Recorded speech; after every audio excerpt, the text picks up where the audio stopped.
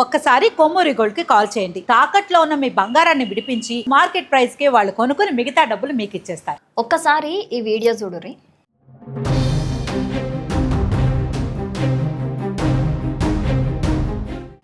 చూసిరా, ఇందులో ఆ వ్యక్తి ఏం చేస్తున్నాడు అని అంటే 1950 కిలోమీటర్లు పొర్లు దండాలు పెట్టుకుంటా వెస్ట్ బెంగాల్కి చెందిన ఆయన వెస్ట్ బెంగాల్ నుంచి ఆయన స్వస్థలం నుంచి తమిళనాడులోని కోయంబత్తూర్ దగ్గర ఈషా ఫౌండేషన్కి బయలుదేరిండు. అది కూడా పొర్లు దండాలు పెట్టుకుంటా. అయితే అందులో ఒక అతను పొర్లు దండాలు పెడుతున్నాడు, ఇంకొక ఆయన సైకిల్ పట్టుకొని అందులో ఏం కావాలో వాళ్ళకి ఏమేం కావాలో అవన్నీ ప్యాక్ చేసుకొని ఒక సైకిల్కి అసలు వాళ్ళ ఏమేంది ఏ ఉద్దేశంతో వెళ్తున్నారు అనేది రాసుకొని ఒక జెండా కట్టుకొని వాళ్ళు వెళ్తున్నారు. హిందుత్వంకి సంబంధించిన జెండా పట్టుకొని వాళ్ళు వెళ్తున్నారు అనమాట.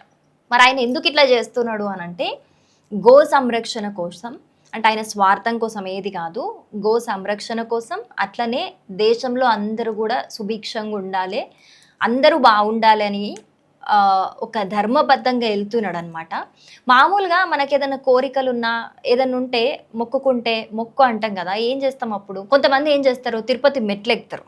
ఇంకొంతమంది ఏం చేస్తారు, మేము చెప్పులు లేకుండా ఇంత దూరం నడిచొస్తామని మొక్కుతారు. ఇంకొంతమంది ఏం చేస్తారు, బొట్లు పెట్టుకుంటా ఎక్కుతూ ఉంటారు. ఇంకొంతమంది హారతులు ఇచ్చుకుంటా కర్పూరం ఇచ్చుకుంటా ఎక్కుతూ ఉంటారు. లేకపోతే ఇంకొంతమంది ఒక ప్లేస్ నుంచి నడుస్తాము అని మొక్కుకుంటూ ఉంటారు. ఇట్లా చాలామంది చాలా రకాలుగా చేస్తూ ఉంటారు. కొంతమంది సైకిల్ యాత్రలు కూడా చేస్తూ ఉంటారు. అవన్నీ చూసినాం మనం.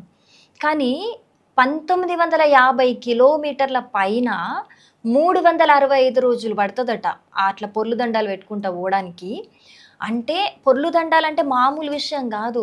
మనం మామూలుగా ఒక రోజు ఒక గుడికి మనం అనుకున్న మొక్కుని పూర్తి చేస్తేనే, గుడి చుట్టూ పొర్లు దండాలు పెడితేనే మస్తు యాతన అవుతుంది, మనకు మస్తు అవస్థ అవుతుంది. గొప్ప సంకల్పం ఉంటే తప్ప అట్లాంటివి చెయ్యలేం. కానీ ఎంత గొప్ప సంకల్పం ఉంటే ఆయన 365 రోజులు 1950 కిలోమీటర్లు పొర్లు దండాలు పెట్టుకుంటూ వస్తా అని మొక్కుకుంటాడు. చెప్పండి ఎంత సంకల్పం ఉండాలి ఆయనకి. అంటే ఆయనకి ఫిజికల్లీ మెంటల్లీ అంత గొప్ప దృఢత్వం ఉంటేనే మెంటల్లీ అయితే అది పాసిబుల్ అవుతుంది. అంత పెద్ద భక్తి ఉంటేనే కూడా అది పాసిబుల్ అవుతుంది. ఆయన ఇప్పటి వరకు 125 రోజుల నుంచి పొర్లు దండాలు పెట్టుకుంటూ వస్తున్నాడట. ప్రస్తుతం ఏలూరులోని యార్నం దగ్గరకు వచ్చి ఈ పొర్లు దండాలు పెడుతున్నది అతన్ని చూసి, అతని పేరు తరుణ్ బెహ్రా, అతన్ని చూసి అక్కడ ఉన్న వాళ్ళందరూ కూడా ఆపి అసలు ఏంటిది అని కనుక్కుంటే అతను చేసే పని చూసి అందరూ కూడా మస్తు ఆశ్చర్యపోయి అతను విశ్రాంతి తీసుకోవడానికి ఒక గది ఇవ్వడము, ఆయనకు ఆహారం ఇవ్వడము, అసలు ఆయన ఏమేం అంటే ఎక్కడి నుంచి వస్తున్నాడు ఏంది అని విశేషాలుగా అనుకోవడము, అవన్నీ చేస్తున్నారనమాట. నిజంగా ఆయన చేస్తున్న పని చూసి అక్కడ వాళ్ళందరూ కొంచెం సేపు ఆశ్చర్యపోయారు. ఇంకొంతమంది మద్దతు ఇచ్చుకుంటా ఆయనతో పాటు కొంచెం దూరం కూడా నడిచైతే వెళ్తున్నారు.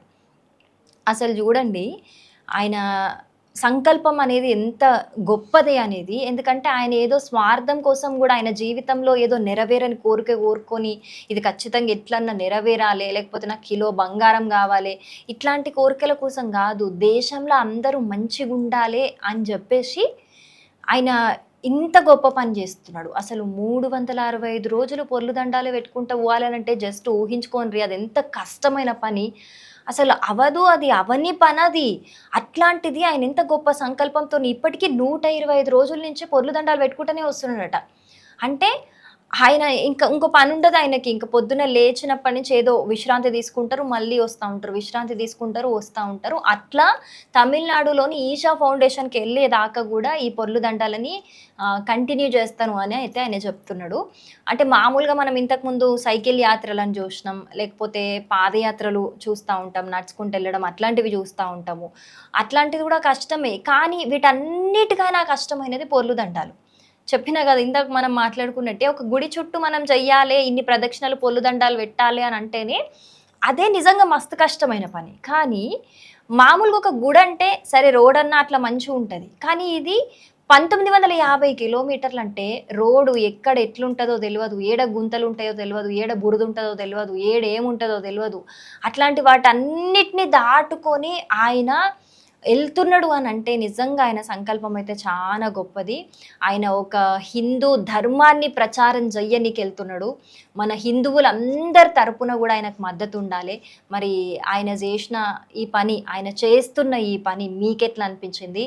మనం అందరం కూడా ఆయన ఖచ్చితంగా చాలా ఆరోగ్యవంతంగా ఆ 1950 కిలోమీటర్లు కూడా పూర్తి చేసి కోయంబత్తూర్‌లోని ఈషా ఫౌండేషన్ దాకా చేరుకోవాలని మనమందరం కూడా మనస్ఫూర్తిగా కోరుకుందాం.